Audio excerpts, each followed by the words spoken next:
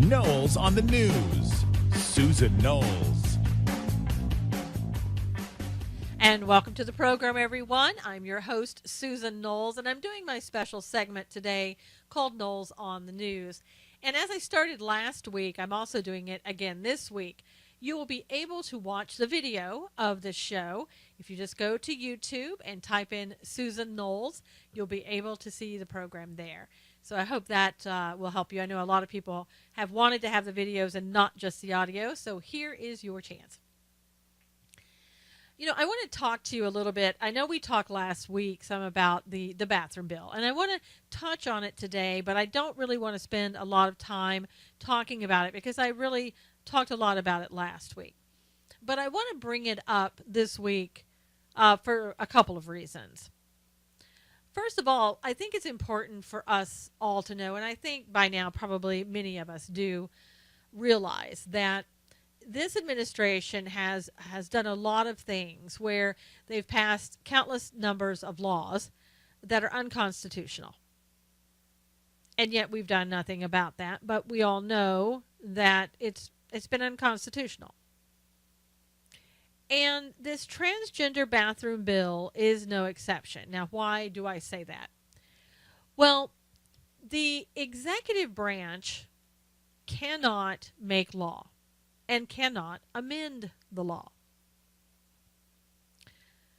As you know, President Obama came out recently under Title IX and told all public schools that if they want to continue getting federal dollars, yours and my money, that they will need to allow all students, all transgender students who want to use whatever bathroom, that they have to be allowed to use the bathroom of their choice. Now, they are, again, 0.3% of the population. My question is right away is, okay, why can't I use the bathroom of my choice? And you're discriminating against me, and you're discriminating against everyone else, but that doesn't seem to be a problem. But again, he's come out and used this law and amended it to have it include transgender and bathroom use. He's also done that with the Civil Rights Act of 1964, and I guess you could say, well, technically he didn't, but his African-American DOJ did. Basically, the Civil Rights Act of 1964 was all about granting equal rights to African Americans. And yet, really, if you look at it, this DOJ has done something that I feel is very disgusting. If I were African American, I would be outraged. That basically that you would take something as important as desegregation, as equal rights of African Americans, and then add to that, oh, but wait, now we're going to make this about transgenders going to the bathroom, and whichever bathroom they want to go to. I just don't remember desegregation and the civil rights era and Dr. Martin Luther King. I don't recall that being about a black person's right to choose whatever bathroom they wanted to choose. That really wasn't the fight. It was much more important than that. And yet we're now saying, oh no, this is about transgenders' rights, 0.3% of the population. We're gonna ease that into the Civil Rights Act of 1964. You know, they're grasping at straws, but that's what they do, and they just insert something and then hope that nobody cares. The sad thing too is that probably no one will challenge this, or it'll be a very long time before somebody files a lawsuit to challenge him on amending the law and once again doing something that is unconstitutional as the President of the United States. But if we don't challenge the federal government on the things that they do, then where does that leave us? Well, a lot of people are saying, well, we hope that Donald Trump will get in, and Donald Trump is going to change all of these things. Well, you have to hope then that Donald Trump gets in, and then secondly, you have to hope that he feels the same way that you do about this issue. Now, remember, he told anybody who was transgender they could use whatever bathroom they chose to use in the Trump Towers, and we in fact know that looking at video, Caitlyn/Bruce Jenner has gone into Trump Towers, and I believe she used the women's bathroom. So you don't know necessarily what he would do with that if he got in. Would he dismiss it? Would he just say, let's just leave it the way it is? Whatever. You know that if Hillary gets in, she is going to expand that to, oh my gosh, I don't even know. She'll probably try to make that the law in your own home. Nothing would surprise me about her. She is Obama on steroids. She really is. So if she got in or Bernie got in, that law would definitely stay and it would be expanded upon. I think there are people like the ACLJ with Jay Sekulow. Thank God for people like him. Thank God for his organization. Because without him, there would probably not be very many challenges to many of the laws that the president has enacted that are totally unconstitutional. But he's taken the time and the effort to go out and fight for our rights. And I so appreciate that, and I know that you do too.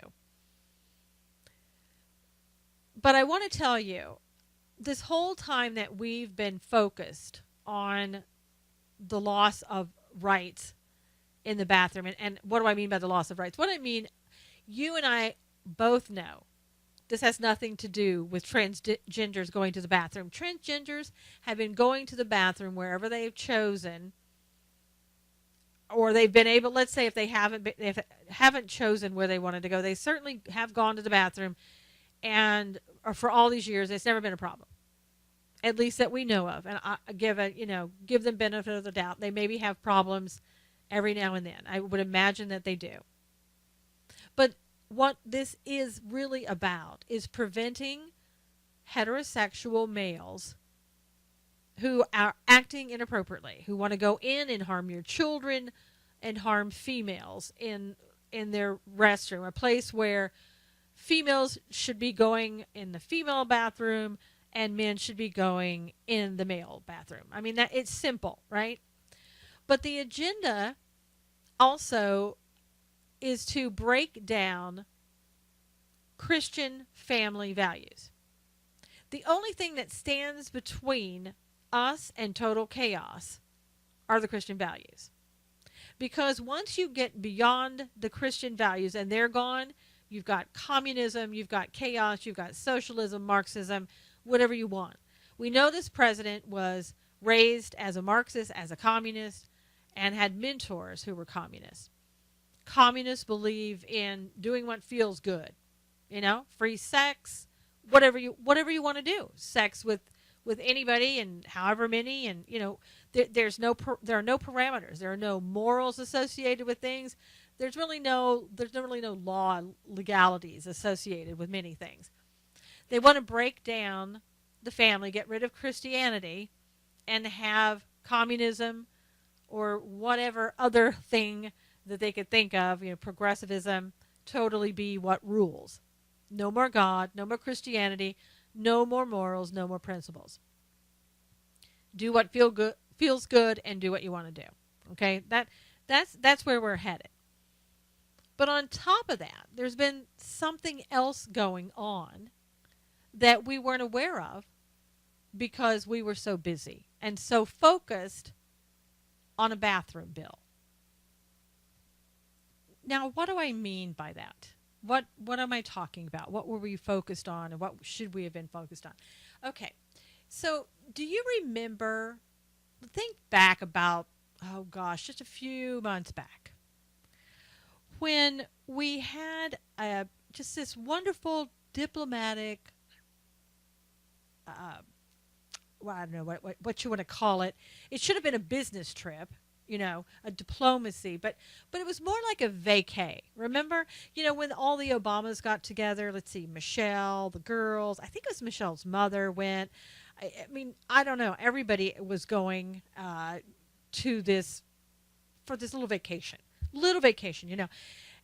It was when Obama and his family, the entourage, and everybody and his uncle went to Cuba because it was so important. Going to Cuba, getting the relations with Cuba back in order, you know, with its president, so he could have some type of legacy to say, well, look at what I did. I've done so much, but I'm so proud of this one. So look at what I've done. So during this little vacation, there happened to be, kind of a little inconvenience. And that is, there was a terrorist attack in Brussels. And I think that everybody wanted this to go so well. So we couldn't break away. We couldn't go to Brussels. We couldn't go to a funeral. I think maybe he sent Biden. I don't remember. I try not to watch anything that Biden does or anything that Obama does.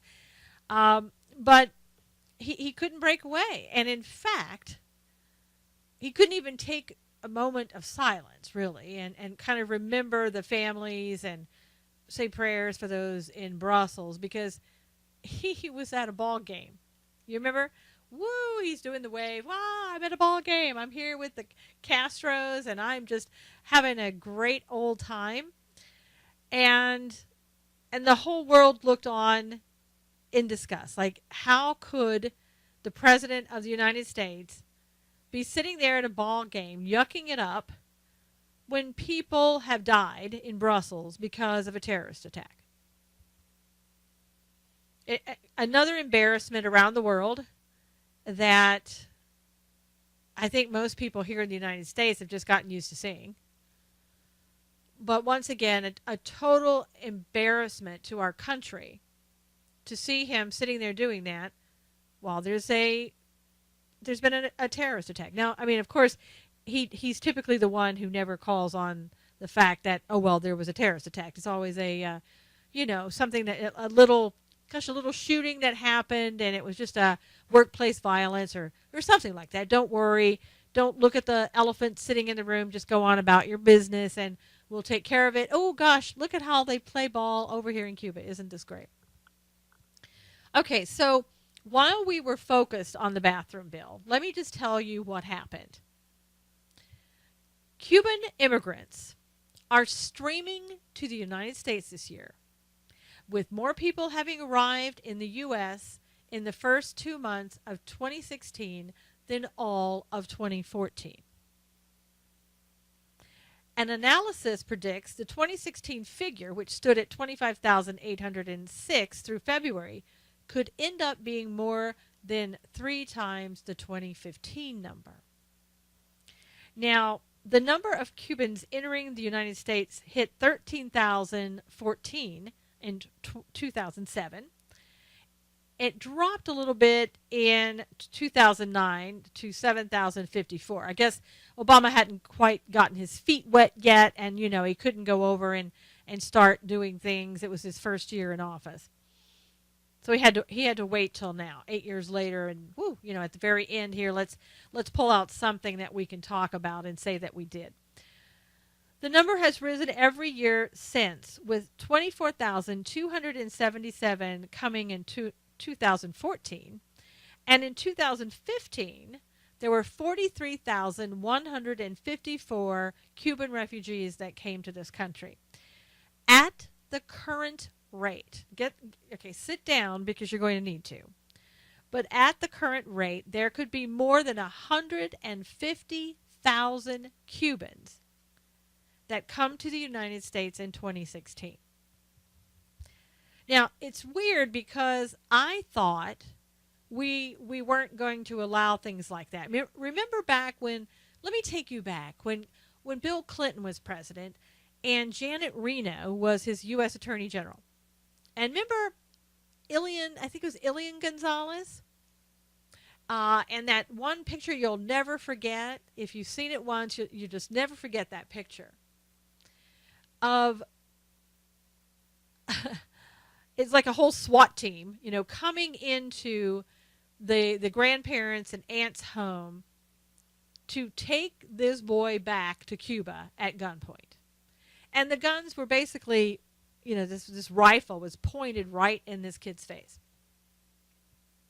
And his mother risked her life and lost her life trying to get him over to the United States so that he could be free and he could be raised in this country. So when everybody supposedly now can just come over, 150,000, what happened then? Okay, to different times, whatever, I suppose. All right. But let's not forget that moment under Janet Reno.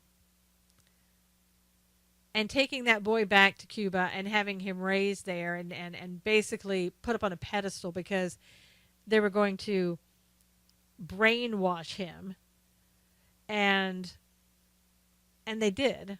And now he's like the eye of Cuba. Everybody loves him. Well, now guess what, Ilian? You can come right on back over and see those relatives that you haven't seen for years. Just walk right on in because everybody else is coming in. And not only that, get this in your head too. There's been talk that he wants to bring 10,000 Syrian refugees over right away. And that number has since really increased to about 100,000.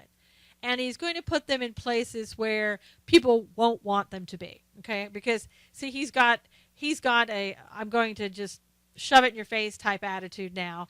And that's what's coming next. So prepare yourself. If you thought the Central American refugees were bad, prepare yourself. So there's 150,000 plus maybe Cubans, plus maybe 100,000 more of Syrian refugees coming to the United States in 2016 before Obama gets out of office, if he gets out of office. I mean, it blows your mind. And now we're finding out there are reports now that those people the Syrian refugees that are in Minnesota, I read an article that said basically that those people may now have TB. I mean, that's not unusual. We have a lot of people coming over here, like from Central America. I believe some of those people that came over had TB. We're going to have diseases that we haven't had in a long time, and we're going to have new diseases because that's what happens when you bring in new people to a country. And people are sitting around. Some people are saying, this is great news, bring the refugees, bring them all in. Obama wants them all to come in because he wants to continue the transformation of America, to have a Democrat in office for the rest of the time that the world is in existence. But I think also he just wants to take away every smidgen of value, morals, principles, customs, whatever you want to call them, in the United States. He wants to remove them. And what better way to remove them than to bring in people who really don't want to assimilate? Now, I don't know about the Cubans, but the Syrian refugees, the ones that believe in Islam, they do not want to assimilate. And I know we've been told that over and over. Oh, it's a peaceful religion of Islam. But if you've ever read the Quran, and I've read parts of it, there is nothing peaceful about the words that I'm reading. And for those people who are staunch supporters of the word of Islam, their goal is to either have you assimilate into their religion and culture, or be done away with. We'll make it a nice little euphemism, being done away with. So, again, we need people like Jay Sekulow and his organization, the ACLJ. And I hope if you're looking for an organization to give money to, I've said this before and I'll say it again, I can't think of a better organization that protects the rights of Americans than the ACLJ.org. And a great place, great organization to give your money to. So I hope you'll go and check them out. Check them out on Periscope, and they also come up in the Facebook mentions a lot of times. Every day, I think the program is. I'm not sure about Friday, but I watch every now and then. And the work that they are doing, amazing work. We need more organizations like that that are interested in taking care of America. So, in other news today, the House Oversight and Government Reform Committee Chairman, now there's a title for you, Jason Chavettz of Utah, he's Republican of Utah. He's introduced a resolution to censure the IRS commissioner. And he says, I view this censure as a precursor to impeachment as it allows the House the opportunity to formally condemn him. He said that it urges him to resign instead or be removed by President Obama. Okay, let me say that again. He can resign or choose to be removed by President Obama. So I don't see him resigning because he knows he's not going to be removed by President Obama. I mean, to me, this is kind of like another one of those things that the GOP likes to do to show, hey, you know, we are earning our keep. We're out here doing what we're supposed to do. I don't see this going anywhere. And this resolution was offered days before the House Judiciary Committee is set to hold a hearing to examine his alleged misconduct concerning Congress's investigation into allegations that the IRS improperly targeted Tea Party groups. The findings are going to be presented at the hearing, and again, you know, I could just sit here and go blah, blah, blah, you know, because I don't see anything at all coming out of this. You know, and pushing this action of impeachment. Again, nobody's going to do anything. And nobody does anything. This is just show. This is, again, and maybe, you know, the congressman has good intentions. I'm not saying that. But it never goes anywhere. It just goes to the House. It won't pass in the Senate. It'll just die. That's what happens every time. And we're just doing this because, you know, here comes the elections coming up. We want to make ourselves look great. We want you to be happy with us. And so we're going to pretend to be doing something because we know that you want us to do something. So, you know, big deal is what I say, big deal. It's the same old stuff. Nothing new ever happens. We never accomplish anything. I mean, I would like to have a count, really, of how many times we've been through the same process and bringing things up and never getting anywhere with it. I think we'd all be kind of shocked if we really saw the figures on that. And not shocked in a good way, of course. So don't hold your breath. I don't think anything's going to happen. This will just go away like Benghazi, like the email scandal, like Lois Lerner, whatever. It's just one more thing that's going to go away. And for all of you out there, you know, who are staunch Trump supporters, these are the types of things that, of course, you know, you will want him to do. Now, whether he will have, again, the ability to do so. Is he going to be like Obama? Is he going to come in and just overlook any type of powers of the executive branch and just do what Obama does and just start creating laws? I think that a lot of you would be fine with that. I'm not fine with it. I'm a constitutionalist. I don't like those type of things, but I understand your way of thinking on that. And I would really like to go back and see how much the GOP has not accomplished in the past 8 years compared to other times when the GOP has had the majority in the House and the Senate.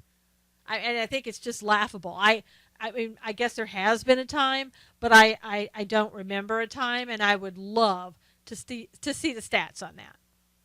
Because I think if you did, then every one of us would say, you know what, you can go home now. We're going to elect somebody that is going to put forth a little bit of effort into what they're doing. I hear a lot of talk. Like, I hear a lot of talk with the veterans issues, but I don't see a lot of action. I hear, oh, we're going to do this, that, and the other, and the Congress is going to get in there and help. did lend some support and help with the veterans, okay? And I see all that. It sounds great. Some things get done, but it doesn't affect the overall picture. Because apparently, if you work for the VA, you are you have immunity towards everything. You're not going to get fired. You're not going to go to jail for the same things that you and I would be going to jail for. That's not going to happen. And if you work for the federal government and you're a Democrat, apparently you're not going to go to jail either. So, don't get me started on the Hillary thing. Don't get me started. Let's move on to other news. Trump just unveiled his list of 11 potential Supreme Court justices. He plans to vet them to fill the seat of late Justice Antonin Scalia. That's assuming that, Trump is the next president of the United States. His picks, and you probably won't know any of these people. I don't think I'm going to know that many of these people. And if I do know their names, then I'm not going to know how good they are or if they're moderate or conservative. And this is something I'm sure as time goes by, he's going to know. The media may or may not tell us. I'm sure the Democrats will tell us how horrible they are. And the more that I hear the Democrats tell us how horrible they are, the more I will know that that's the person I want to see on the Supreme Court. As I've told you before, it was a total disappointment to a lot of people. It was something that I expected. With Justice Anthony Kennedy, he was a law professor at the law school that I was attending at the time, and he was the third choice for that position. And he has been, everybody said, well, he's a moderate. Well, maybe he started out as a moderate, but he certainly has gone over to the left. So any of these people better be so spot on hardcore conservatives, or we're going to end up having somebody move, to the moderate position. We need somebody who's going to be like Antonin Scalia and totally uphold the Constitution and conservative values. As long as these conservative values are still existing, they seem to be every day just more and more going away. And pretty soon, the young people that are being raised won't remember what conservative values are, and the next generation will have no idea. When you say conservative, they will have a totally different definition in their minds than what we have now. But some of the picks include Stephen Colloton, Colloton of Iowa, Allison Eid, E-I-D. I can tell you right now they have hard names to spell and say, of Colorado, Raymond Gruender of Missouri, Thomas Hardiman of Pennsylvania, Raymond Kethledge of Michigan, Joan Larson of Michigan, Thomas Lee of Utah, William Pryor of Alabama, David Strauss of Minnesota, Diane Sykes of Wisconsin, and Don Willett of Texas. So, again, we'll just have to wait and see who these people are, how they turn out. I'm got my fingers crossed that they're going to be, again, hardcore conservatives that we can bring in and actually get some things done, maybe get some things reversed. Some of these people, as we all know in the Supreme Court, they're getting to that age. They're going to be retiring or, hopefully not dying soon, but at least retiring soon. Sooner the better for some of these people. Get them out. Get some conservatives in. But we need to make sure that we are replacing them where there is at least going to be a tipping in our balance there, tipping, not having it like it is now. It's total split. And again, I'm not sure even about the split. I think some of them are more left than they are moderate. But we need it to the scales to tip in our favor. And so we'll keep a close eye on that. So I want to get your opinion on something too. This is something else that happened in the news, but it's been a little while that it happened, but I wanted to get a feel for what your thoughts are in this type of thing. There is I saw this on Facebook. There's a mom whose son is 14 years old. And it doesn't say what city this is in or anything else, but her son apparently is out of control. Now, I don't know if this is a single mom living somewhere. To me, it looks more like the Atlanta area, and I don't know why, but it kind of looks like it could be Chicago, though, too. I don't know. They're wearing, winter clothing, and for me, it kind of what I remember in the South. So it could be, could be California, but I don't think so. But anyway, this woman decided that her son was getting off easy. He had been in trouble with the law. Apparently, it sounds like he went to court, and he just got a couple of hours of community service. And what is he doing? Okay, maybe you're thinking, well, maybe he didn't do anything bad enough. Maybe that's all he should have gotten. According to the mom, he lies, he steals, he sells drugs, and he doesn't follow the law. And I think, in listening to her, I think she was hoping against hope that when he went to court, maybe a judge, somebody would care and say, you know what, this young man, this has got to stop. We're going to send you, for many hours of community service. We're going to have you visit the jail. I always love these shows. I don't know about you. I forget what the name of them is, but Scared Straight, things like that. I don't know. I know that those aren't so politically correct these days, but I love it myself. I really do, because it really gives an individual, whether they're 14, 18, or whatever, gives them an opportunity to see, hey, you keep going down this road, and this is where you're going to end up at. And I think sometimes that if you see things, you're more likely to remember them. It's going to make a significant impression on your life, and you're going to remember that. And especially as a child, and I think that's where the argument would be. Some people would say, well, they're just children. You should never subject them to things like that. And you may have a point there. Some people may see that as child abuse.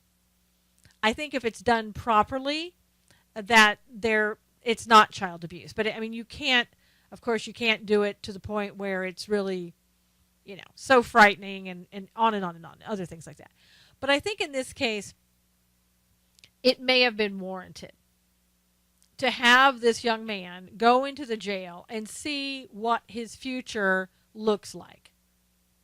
Especially when he's 14 and he's lying, he's stealing, he's selling drugs. If you don't agree with the lying and stealing, maybe you will with the selling drugs. That something drastic needs to be done. That it's an intervention needs to be done that's more than just standing around and letting him have a couple of hours of community service.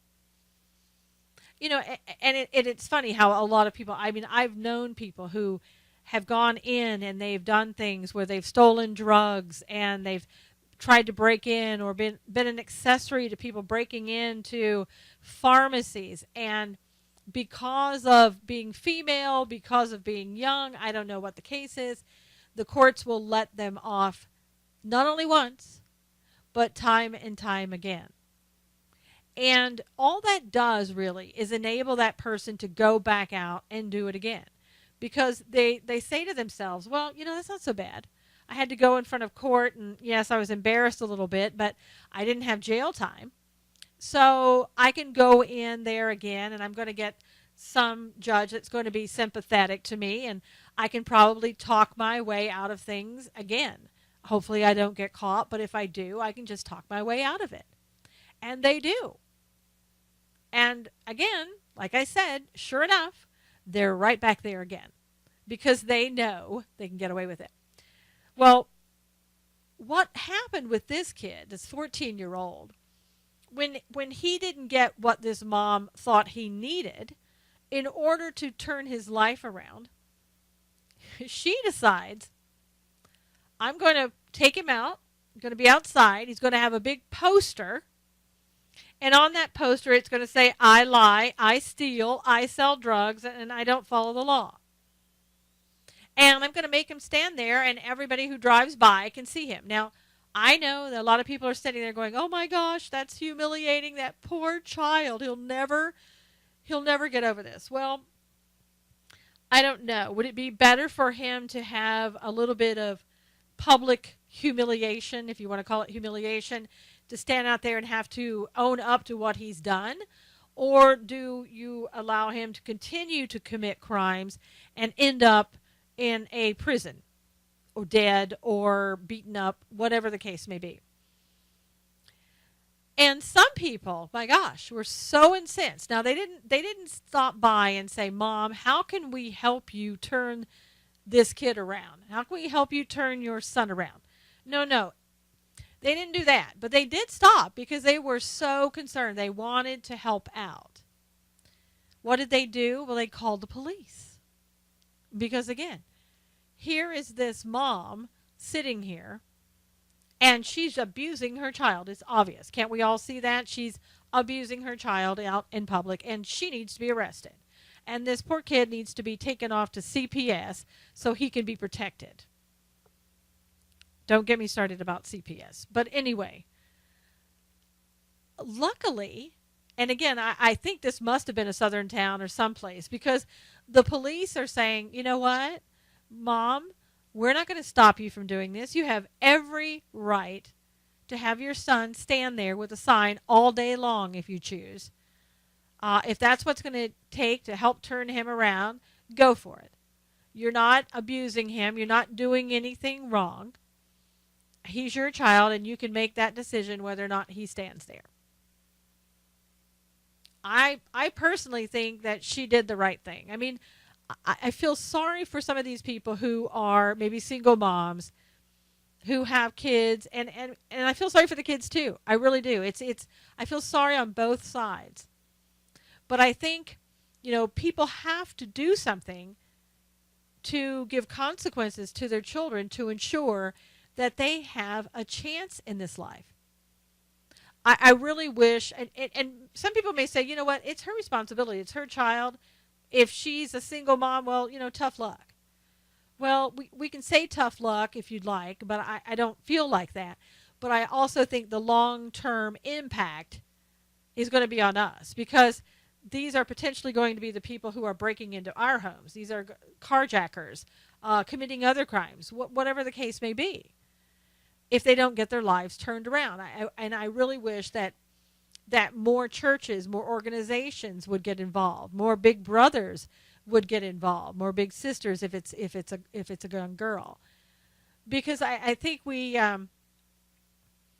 gotten to the point that it is, as a nation, as a society, the problem has become ours whether we like it or not. And I really like seeing parents like this woman take initiatives. Just like I remember the woman, the African-American woman during, I don't know if it was Ferguson, which riots they were, they all kind of blend together. But she was there taking her son and kind of basically pulling him around by his coat and saying, "You're coming home with me. What are you doing here?" She was yelling at him. And people, what do? They criticize her. "Oh, you're abusing your son, that poor baby. You're making him, you're humiliating him. You're doing something wrong. You shouldn't be doing that." Really? That woman turned her son's life around. I've seen things recently where she turned it around for him. Had she not done that, that kid would have been out there in every protest. That kid would have been out there in every Black Lives Matter protest that happened to come in town and want to be at a Donald Trump protest or whatever. I thought this was all about the lives and the rights of others with these Black Lives Matter people and these other organizations. So then why are they at Donald Trump protests doing what they're doing? Oh, I know that they're saying, "Oh, well, that's because Donald Trump hates black people." No, he doesn't. He's never said that he does. He's never said anything about a specific race other than we need to sort of slow down the immigration until we find out if they're properly vetted, things of that nature. So the Black Lives Matter has become very political. It's not about caring about the lives of black people anymore. Not what I'm seeing. It's about protesting and shutting down free speech. That's all it is. Because if you cared about black people's lives like you say you do, then you'd be out there spending your time focused on helping this woman, this mom, and other women and other men who have children that need help. And I'm not for just Black Lives Matter. I'm for all lives matter. I'm one of those people.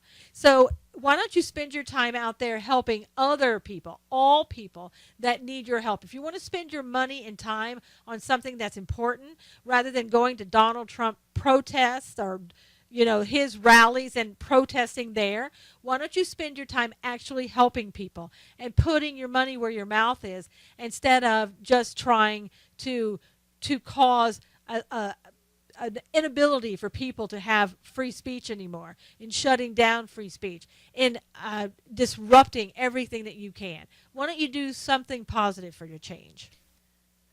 Now, there was something else that happened again in San Diego that I wanted to talk to you about. I don't understand what's going on here, and maybe you can, maybe you know a little bit more about it. But a bomb threat was carved into the wall of a portable toilet at the Naval Base San Diego. Again, okay? This has been the 19th time that somebody has either carved into a wall or written a note or whatever about a bomb threat at that Navy base. And yet we have not caught this person. We can catch anybody, anywhere, anytime, it seems, but we can't catch the person who is making bomb threats at this Navy base. Now, I think, that I've said to you before, because this person seems to get away with it, either they work there, they know the layout of the place really well, there's some reason that they're not getting caught. It says this time the message was spotted around 8:10 a.m. on the inside wall of a toilet on Pier 7. Ship maintenance was halted, and the pier, along with Piers 6 and 8, were evacuated and closed. Does a person work there on the pier? Is this somebody who comes in to build things and that's why they're there? I mean, I don't know. And then they reopened around 11, and of course they found absolutely nothing. And as I said, it was the 19th time that this base has been targeted since November. And the 4th time this month. I know a guy that works there. He's in the military. And basically he said, it's not a joke, but it's almost like a running joke, because it's like, oh, okay, another threat, another bomb threat. Okay, all right, that's great. And they just kind of, move on and just don't take it seriously. It's been, after 19 times, you're kind of starting to think, well, this is a joke. That's what I would be thinking. Although, in today's world, you can't look at it like as a joke, because someday somebody might be serious. I keep asking myself, is this something where they're just doing these to see what their reactions are going to be? And maybe one day, God forbid, that it will be something that actually happens, because people don't take it as seriously as they normally would, or perhaps even should. But the person, whoever they are, they really like toilets, okay? Because the first time it was found on a portable toilet in a ship on November the 6th. 10 of the threats were found on portable toilets, on bathroom doors, or on structures inside of the ships. So in my mind, that's somebody who's either working inside the ships, or somebody who's in the military and has access to the ships. Somebody has access to the ships, obviously. And that's typically not just your everyday person off the street. So it's somebody probably working, could be working there at the Navy base, or somebody who comes in there on a regular basis to help do maintenance of some kind. So, I'm telling you that NSA, military police, whomever, just kind of take those tips, do with them what you will. I could be totally off base, but common sense, that would be where I would start. And I would certainly have people posted near the bathrooms, or I would set up cameras. I would do something, since we know bathrooms is where this person likes to go. And we probably don't even know if it's a male or female, because, with porta potties, there are no male and female porta potties. Unless Obama passes a law, and those that we don't know about, it changes that, so we can make another law that can unchange the law, whatever. It says 7 were found on portable toilets on piers, and the locations of 2 threats were not specified. Why is that? Because they were in a bathroom that really would tell you what sex they were, because it was either a male or female toilet, and before the passing of the transgender toilet bill. I mean, something has to be done. It says special agent in charge says that threats of this nature are serious offenses. Absolutely they are. Requiring a significant response from law enforcement and enhancement to our forest protection measures. We continue to work this investigation with full confidence in identifying and prosecuting the individual or individuals responsible to the fullest extent possible. I hope so. I hope they find this person, and I hope they find them quickly. Because again, what kind of work environment are you in as well when you have to go to work every day? Our military and the civilians at these Navy bases and in the hospitals, being there and having this, obviously something is wrong mentally with this person that they would do something like this in the first place. But having this person continuously, 19 times, again, that shows you when a person has ill intent, when you don't catch them, when they're not stopped, it reinforces what they do. It reinforces their behavior. It emboldens them. And we have more and more times. Who knows? It sounds like this guy is pinpointing just this one base. So, again, why? My questions would be, why this one base? And to me, I see it as a convenience that this person is already there. And for whatever reason, this person likes to make these threats on bathroom walls. Maybe that's so you can't see them. When you go in there, you're not in a crowd. You're not leaving a note somewhere where there might be cameras. Typically in a bathroom, you're not going to have cameras in that bathroom. And this person knows that. So it's a way to go in there privately, leave these messages, and then leave.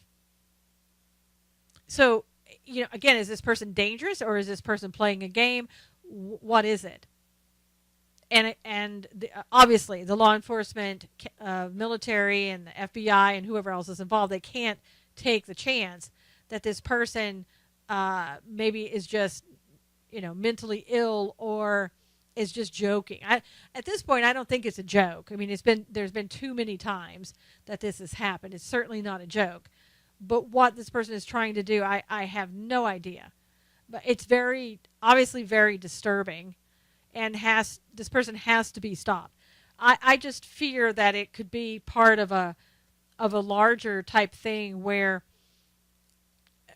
people are just trying to find out how is the military going to respond? How is the government going to respond?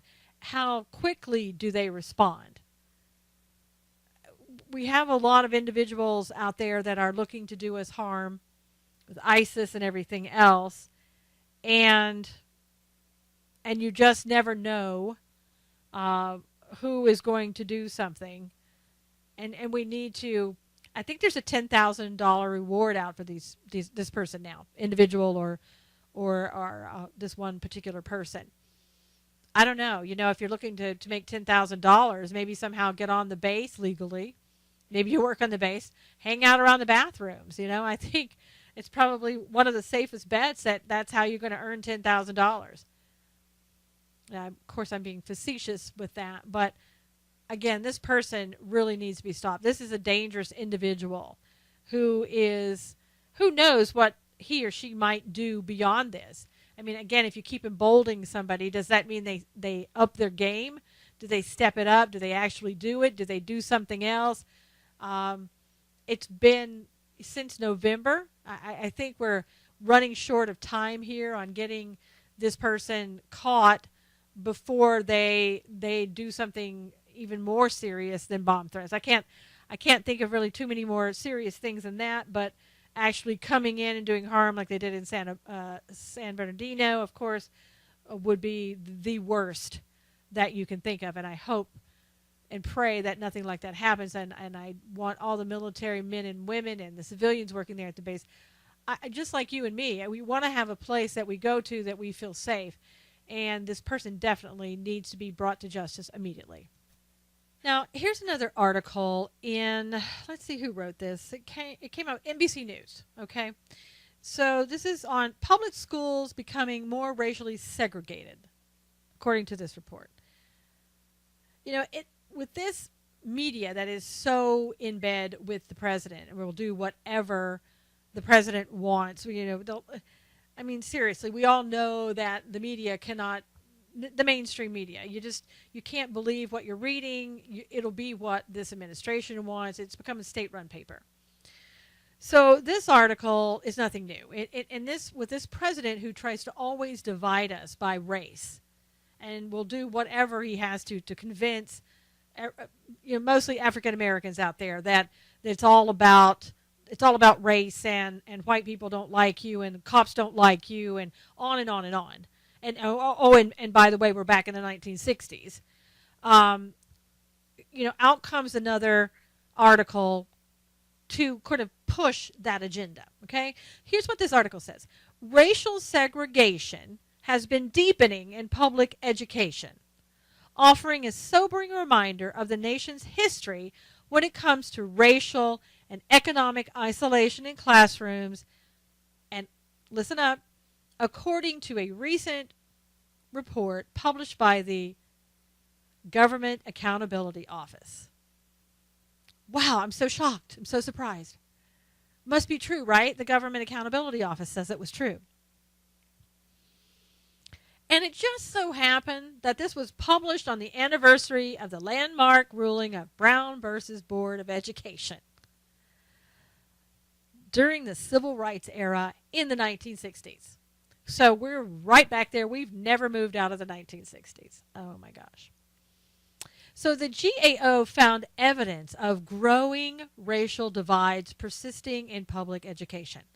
The number of Black and Latino students enrolled in impoverished K-12 public schools increased 11% between 2001 and 2014. These schools were found to be the most poverty-stricken, minority-segregated schools in the country, with more than 75 to 100% of Black and Latino students eligible for price-reduced lunch. This parameter is commonly used as an indicator of poverty. The schools were also found to have offered fewer STEM courses and advanced placement, college prep courses. About 48% of high poverty schools offer AP courses, while 72% of low poverty schools, with a 0 to 25% of students on free, reduced lunches, offered these college level courses. These schools have higher rates of students unable to advance from the 9th grade. And on and on and on. It says the GAO's report clearly shows that the ability of African American and Latino students to access a diverse, high-quality public education is declining, and that decline is fueled by the increasing privatization of our public schools. You know, this issue has been going on since forever. Now, I can understand this issue when we were actually in the times of the Civil Rights era. I get it. Black students, for the most part, were sent to schools with black teachers, low money, etc., etc. And when desegregation came along, blacks and whites started attending the same schools, the same amount of money was spent, and the problem is solved, right? Well, apparently not. Because today we're supposedly, we're all segregated again. No, we're not. There's so much going on here, I think, with this issue again. It's pushing and advancing an agenda. It's making us think that there is a racial inequity because of the fact of the color of skin. I think what it is, honestly, a big part of it is we have a lot of people who are at the poverty level. We have more people coming in. We have more illegal immigrants coming in who want an education, who aren't living necessarily in places where the middle class would be because of the fact they're coming here with the shirts on their backs and they're being invited in by this president when they're ill prepared with the environment. I mean, they bring them over on buses like Central America did. They just dump them out in the streets and they expect them to be able to take care of themselves and end up with high quality jobs, high quality education, and everything else. This country can't sustain what it has. And I think we need to move beyond somehow this farce, this false narrative about how we're not training or educating people in the same way. There are a lot of factors that impact a person's education, and just putting them in a better school or a school where more money is tossed to that school is not taking care of all of the issues that could be impacting a child's education and their ability to learn. When are we going to start looking at those things and quit this talk about segregation and race? I mean, all it is just racism and discrimination. It's just, again, it's pushing an agenda. It's not caring about what you claim to be caring about. You're not caring really about children and their education and if they're getting a great education. You care about pushing that progressive false narrative. Why don't you start trying to help, again, single parents who are raising children? Why don't you really try to help them? Why don't you try to educate the parents as well as the children? I mean, there are programs. You're willing to toss money out and at different programs. Why don't you start tossing money to programs perhaps that really matter and make a difference? It is, to me, it's just like the VA. My gosh, we have been talking about how bad the VA is ever since I was a child. And it continues on, and I'll tell you what, another 50, 60 years, we'll probably be talking about the same issues unless Donald Trump comes in and does exactly what he says he's going to do in fixing the VA. Okay? Otherwise, we're going to have the same problems. We have people that need help, but we don't seem to want to help those people unless it benefits those people who have an agenda. Let's be honest about that. We could have helped people, we could have educated them, we could have helped them out of poverty, but we keep giving them things to keep them in poverty. And we act like, oh, we're such saints, we're doing such a great job. No, you're pushing your own agenda to keep people in the place where you want them to be so that you can continue to control their lives. That's what it is, plain and simple. There was a time when black people, African Americans were making headway towards, evening up the gaps in education. And what happens? Well, we introduced more social welfare programs and more programs that will enable them and not motivate them or encourage them. And that goes for Hispanics, that goes for white people, that goes for Asians, that goes for everybody. If you don't encourage people, they're never going to move beyond, because they're always going to feel less than and that they can't better themselves. We could have taken care of this problem back in the 60s, but we didn't choose to. And it's not about race. It's about an agenda. And let's be real with that. I am so tired of hearing these issues always being about race. You want to help people, then you don't care what color their skin is. You want to help people, then you go out and you spend money to help people, and you don't spend money lining your pockets so you can go out there and make up these false narratives to keep people apart. We can be one nation under God, but not when we have race baiters. Not when we have people that have an agenda. So let's go out and try to help people and forget about the agendas that these people are trying to put into our heads as truth. They're not truth. We need to get back to helping people like we know that we should in a godly, compassionate way, and not have our heads filled with lies. There are a ton more problems that need to be addressed that we're not even looking at. it's been one of those frustrating days. Sometimes these agenda-driven things just drive me crazy. But I want to say thank you so much for being here. I really do appreciate your being here each and every day and each and every week. Until next time, take care.